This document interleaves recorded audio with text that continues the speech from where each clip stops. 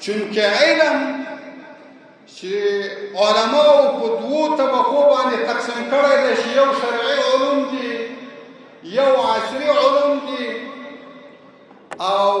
زموږ دواړو ته ضرورت ده ځکه عقیده به هم جوړوو دا عقیده به ځکه جوړوو چې زما او تا خلقت چې الله تعالی کړی ده وما خلقت الجن والانس الا لیعبدون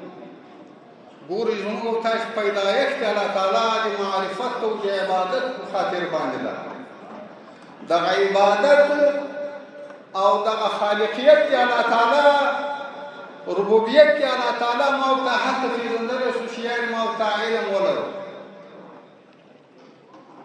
نو فلهذا ورونو که شرعي علوم دي هغه زما او ستا د آخرت او زما او تا د عقیدې تړاو ورسره لري او کوم علوم چې په دنیاوي لحاظ باندې موږ ورته ضرورت لرو ځکه معاشره ده معاشره بې له انجینري بې له ډاکټري بې له ساینس او ټکنالوژي